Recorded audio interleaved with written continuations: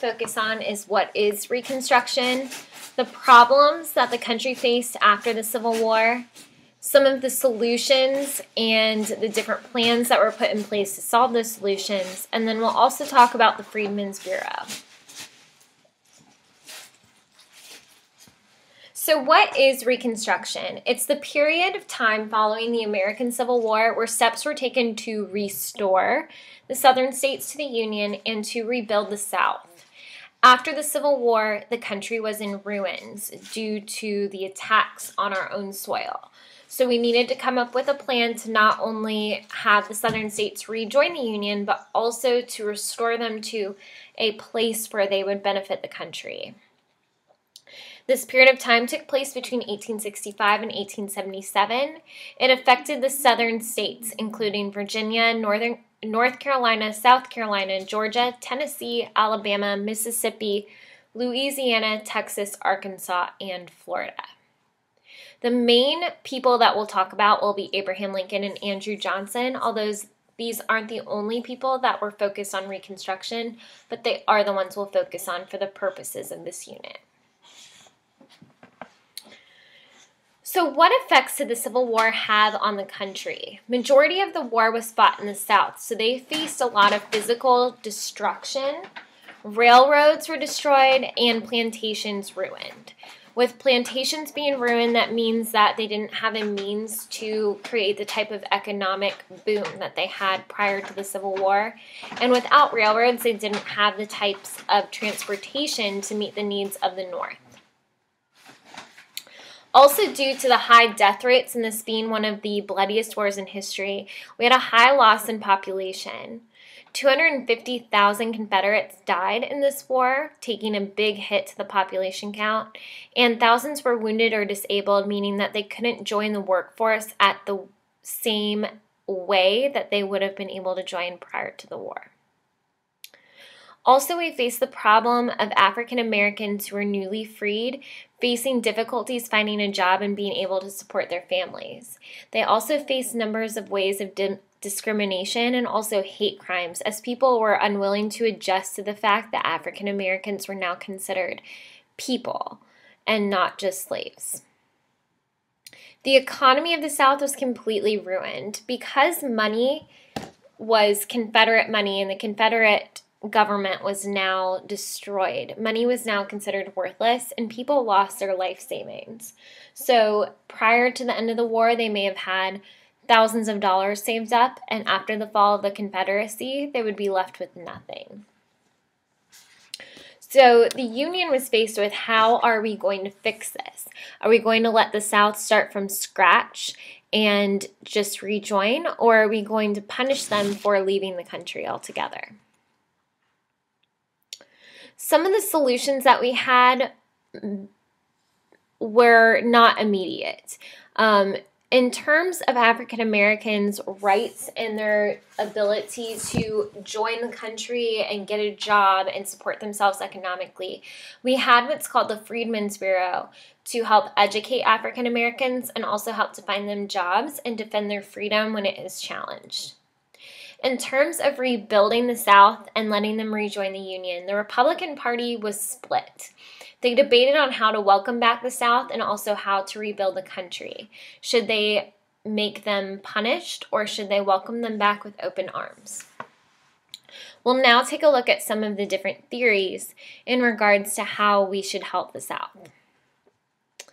President Lincoln's plan was one that was very lenient towards the South, and with his assassination, they had a big loss in rights. So even though much of the South hated Lincoln, he was probably their biggest warrior on the front of getting the South back the rights that they wanted. He established what's called the 10% plan, which I'll discuss in a minute. He proclaimed amnesty and Reconstruction in December 8th of 1863, so much earlier than the war had actually started. He had this plan to welcome the South back with open arms. He planned to replace majority rule with loyal rule in the South. Basically, if the South pledged their loyalty to the North, they would be welcomed back.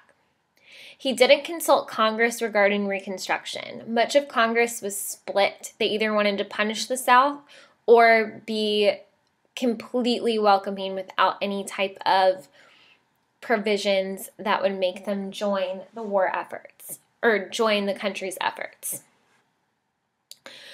Lincoln did want to pardon all but the highest ranking military and civilian Confederate officers, so he didn't want to punish majority of the people that fought in the Confederacy.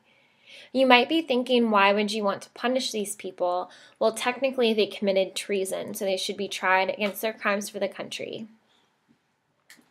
The 10% plan gets its name for how they would gain their government back and be recognized by the country.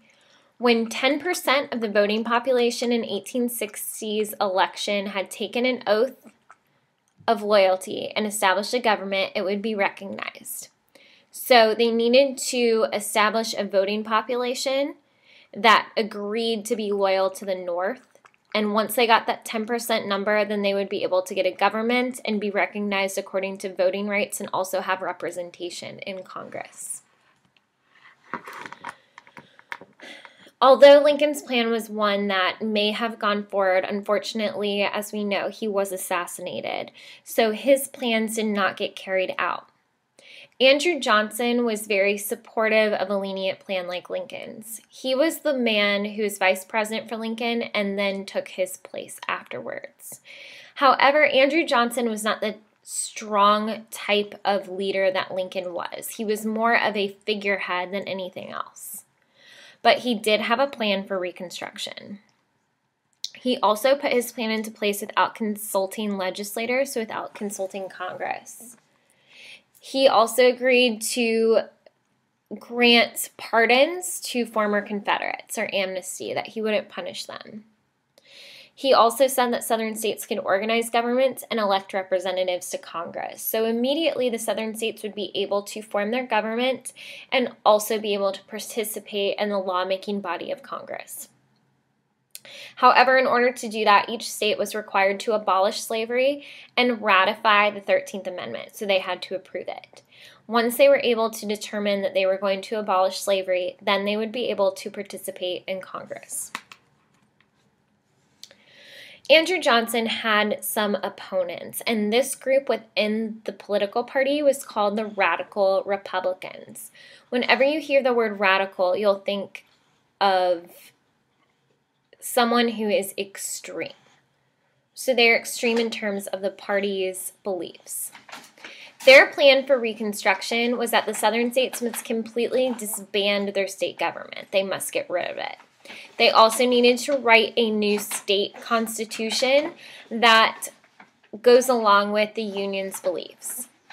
In addition to this, they needed to ratify the 13th and 14th Amendments, and we'll talk about what the 14th Amendment is in a minute. And then they also needed to allow African American men to vote. So these qualifications in order to rejoin the Union were much more stringent than the ones that Andrew Johnson and Lincoln had set. So they're not only asking for them to completely get rid of their government structure and any rights they had that they had established before the Civil War, but also to not only ban slavery, but then give the people that they had enslaved rights, which to us sounds like a good thing, but to the South, that was a lot going on at once. So those are the two plans, and we're now going to go on to talk about the Freedmen's Bureau, which was one solution to how to deal with the problem of African Americans facing a time where they could not find jobs and also facing a time of discrimination. The Bureau helped freed men, so people who had left slavery and were trying to gain gain a life that would better themselves.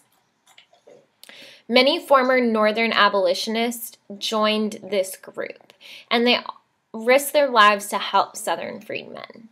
So this wasn't a very socially approved organization, but it did help a newly free group of people. Sometimes this group of people was called carpetbaggers by white Southern Democrats. carpets. Carpetbaggers is a term for people from the North that moved to the South in order to better themselves. But in this particular situation, their motives were to better the people that had recently been freed.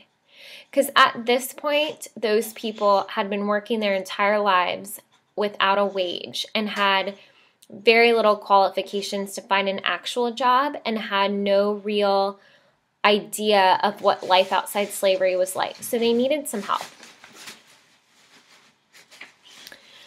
The Southern's view of the Freedmen's Bureau was basically helping people that were lazy. This political cartoon demonstrates that belief. So at the bottom it says the popular idea of Freedmen's Bureau, plenty to eat and nothing to do. So basically we'll feed them, we'll help them, but we're not really going to help them accomplish anything.